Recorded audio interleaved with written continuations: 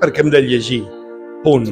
En català hauria de ser la nostra opció natural perquè és la nostra llengua i llegir en català és un acte també de militància, de compromís amb el país, amb la cultura, amb una manera de veure el món, que si l'abandonem la perdrem. És molt important llegir en català i escriure en català perquè ha estat una llengua molt perseguida i en crisi, i crec que reivindicar la cultura i la llengua sempre és una responsabilitat que tenim com a comunicadors i periodistes. Perquè és la nostra llengua, nosaltres venim del País Valencià i pensem que les revistes són una oportunitat perquè normalment aquestes revistes són de profunditat.